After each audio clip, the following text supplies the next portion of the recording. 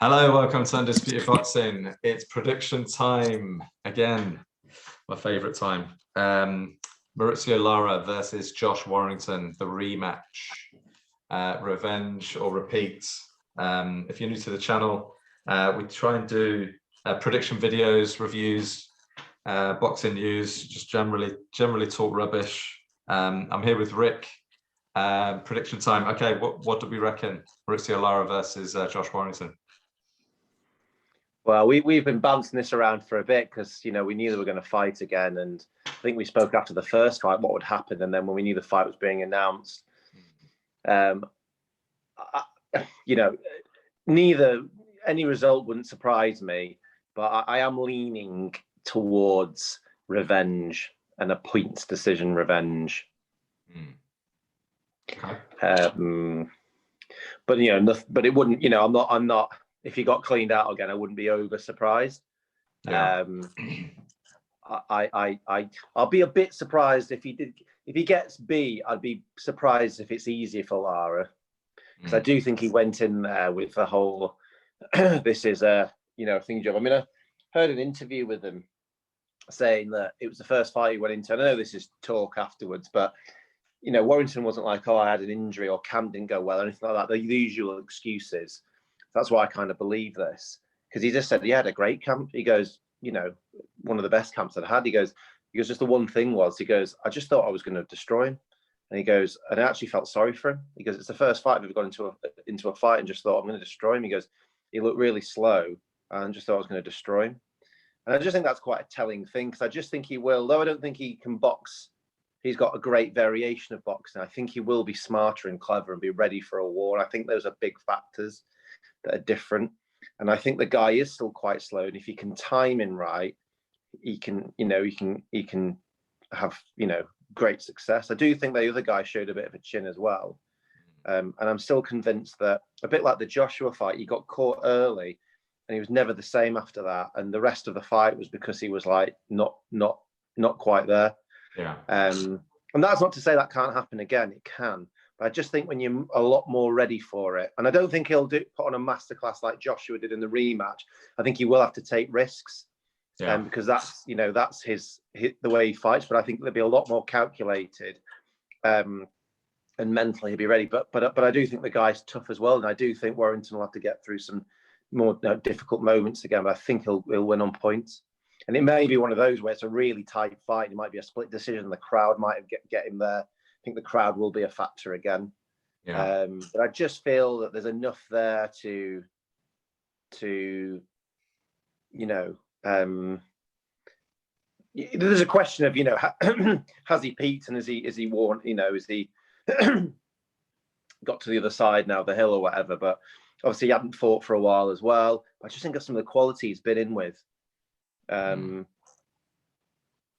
And I just don't think that Lara's that good. I just think he got, he fought the wrong fight. He got caught in an exchange. And if he got knocked out in that, I think it was the first round he got caught. If he'd been knocked out, you'd been like, wow, he just got caught and he won't do that again. I think it's the fact he got beat up slowly, but I just don't think he was the fact that, I just think he was not with it after that. A bit like the Joshua fight. Yeah. Just didn't recover. Yeah, I just don't take much after the second round onwards. Yeah.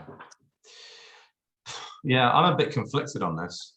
So official prediction is points, Warrington. Mine, yeah. Yeah, I'm a bit conflicted on this because I was thinking maybe Warrington's over the hill, but he is only 30. Like, he's really approaching his peak.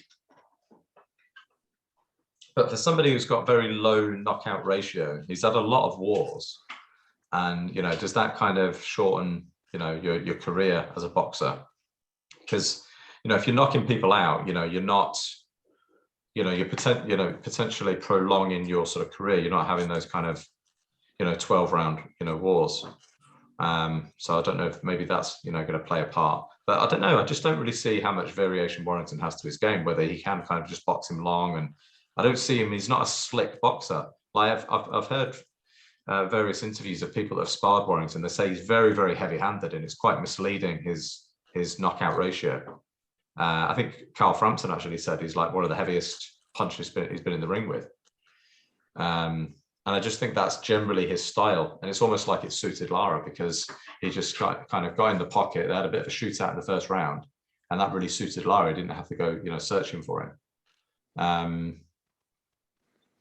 I don't know. I think he's come a bit of a cropper in terms of, and Matchroom for picking this opponent. And I think it's going to be a repeat, I'm afraid. I think it'll be too early for Warrington to call time on his career. I don't think he'll be done after this, but I think I could just see it just being another war. I don't see Warrington, boxing long and, against the ropes and using lateral movement and spinning.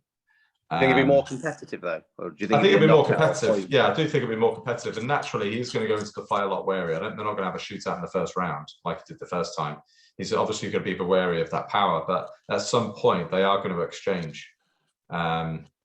He's obviously they're going to have some sort of game plan to make sure he doesn't stay in the pocket, because that's where he really lost the fight. But I think if Lara can walk him down and cut the ring off, I just don't, Warrington, he's not a slick, I can't see him kind of spinning and pivoting on any kind of particular, angles. And I think Lara will eventually get to him. And I think it's potentially another late stoppage or a points win for Lara, I'm afraid. Yeah. Yeah. I mean, it doesn't sound daft. I think it's one of those, and that's why it's, a good, exciting. It's exciting fight, yeah.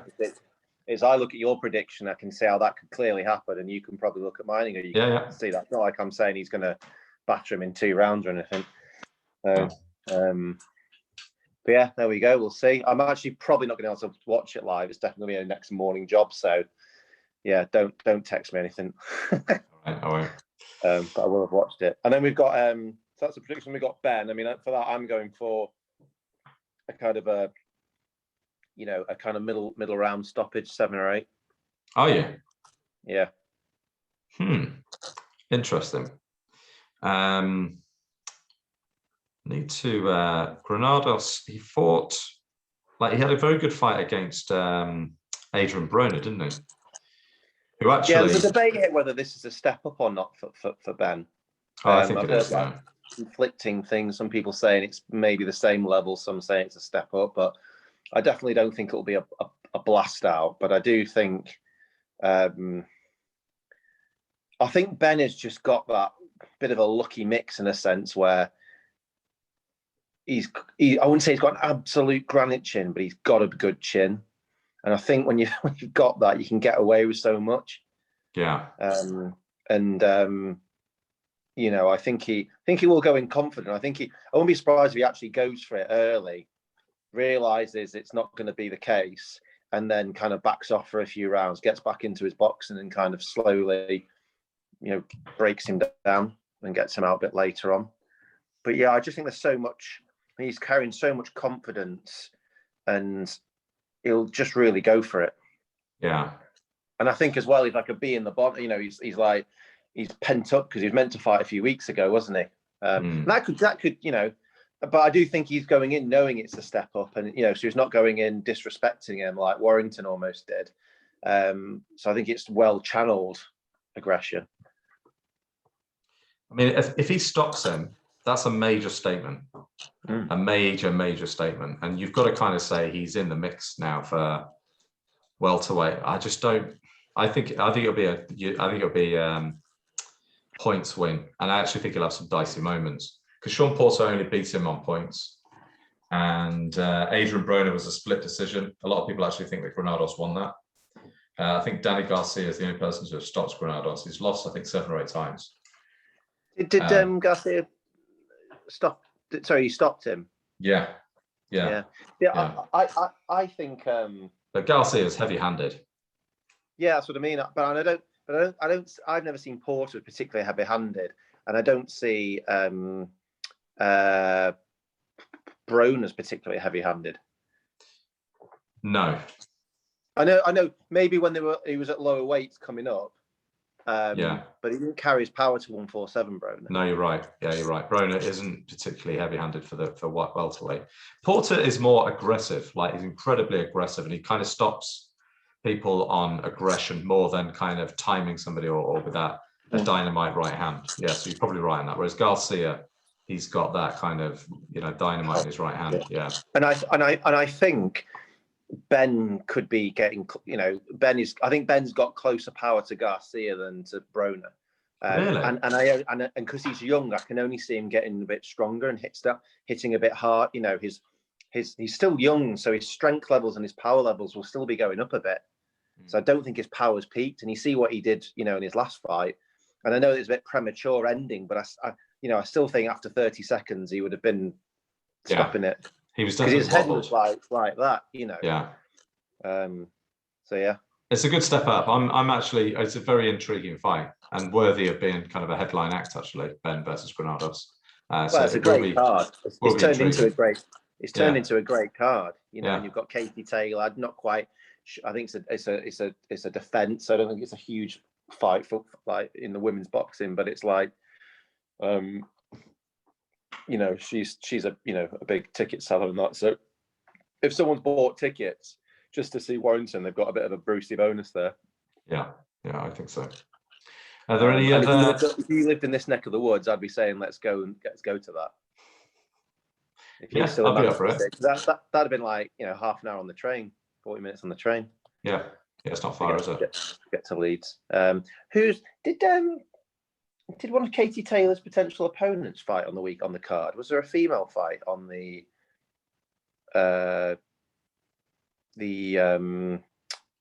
fight in America over the weekend? Amanda Serrano, yeah, she fought on Saturday. I think she won. Is that one that Katie Taylor's been eyed up for? I believe so. Yeah, Amanda Serrano. Yeah, because Savannah Marshall's the other one, but that's a different weight, and that's be. Oh no, Savannah Marshall is the one that's been billed against Clarissa Shields. Yeah, that's it, yeah. Rightio, that's our predictions. Let's see how it goes. All right. Yes. I'll see you next week. And yeah, what other fights do we have coming up? Is there anything else big coming up? Or was it just AJ Usyk? Yeah, I mean, I think hopefully we'll get a load of them soon. So we've got AJ Usyk in September. Mikey Garcia's, his fight been announced yet on the 18th? Not seen anything. You did say didn't Hrgovic? Was Hrgovic? Hrgovic's fight's been yes, announced. he has. Yeah. Who's that he's fighting? We should have spoke about this on the news, actually, shouldn't we? Yeah, but I don't think there's anybody of any real note. Mikey Garcia's fight hasn't really been announced. I can't see that one going ahead, to be honest. Yeah, we should have soon. I mean, you're going to have Joshua at the beginning of September or middle September. 3 or 4 weeks later, you've got the Wilder Fury fight, and then 3 or 4 weeks later, you've got the White fight. Hopefully, and I hope it's against someone. I hope it's not Franklin. I hope it is like a Charles Martin or a. It won't be. I'm telling you now, it's not Charles Martin. It won't be anybody. It'll be Charles. It'll be Franklin. Yeah, Jermaine Franklin or lower level opposition, I think. Because it feels like the more time that drags on, the closer it gets to the date, the lower level opponent it's more likely to be. Yeah, because anybody decent or anybody that's got their wits about them will want, you know, a 12-week preparation time. Yeah. Who's the guy that Ruiz beat?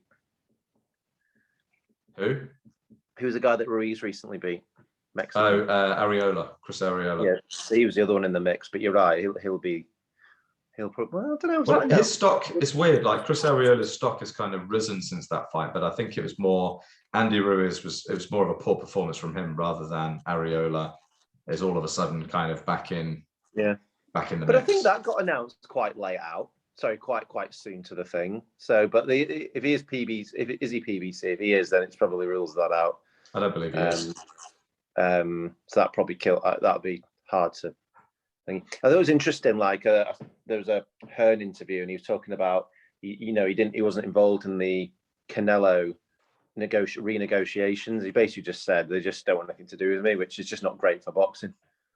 No, well, I've said on a few videos before that I think we're definitely entering a cold war with 3 big promoters in the US, because none of their. Well, tell me the last time like one of their top fighters went across to another network to, you know, to fight, you know, a blockbuster. You know, there's so many big fights that are just not happening at the moment. And that's why people are buying this shit, this YouTube nonsense, because there's nothing really to kind of get excited about. Yeah, really. I mean, it's